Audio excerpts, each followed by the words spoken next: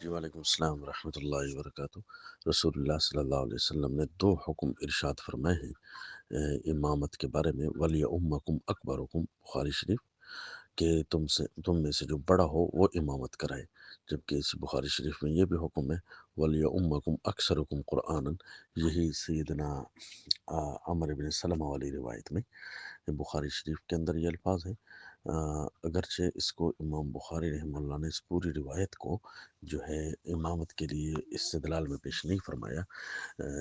اس کے نقطہ کیا ہے؟ اس کا نقطہ یہ ہے کہ رسول اللہ صلی اللہ علیہ وسلم کے جب دو حکم ہیں کہ بڑا پڑھائے اور زیادہ پڑھا ہوا پڑھائے، تو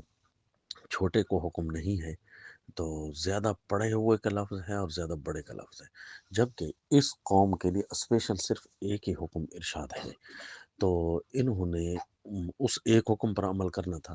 جبکہ باقی امت کے لیے تو دونوں حکم، دونوں حدیثیں سامنے ہیں کہ بڑا بھی پڑھائے اور اقرا بھی پڑھائے، تو جو ان میں سے اقرا بھی ہو اور بڑا بھی ہو تب وہ پڑھائے۔